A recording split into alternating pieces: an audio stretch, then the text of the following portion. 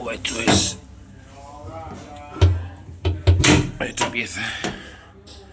Se la llevo la rosquita ahí dentro y se la vamos a cambiar por una nueva. Vale, esto es un lavavajillas industrial.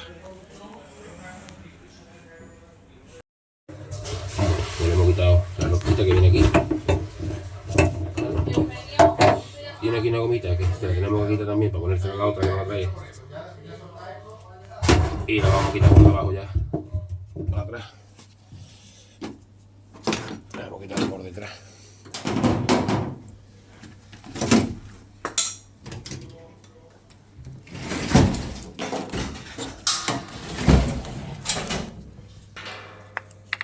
Esta es la partita. Ya tenemos que cambiar. Vale, con la gomita y eso. Pues ya está cambiadito. Y vamos a probarlo.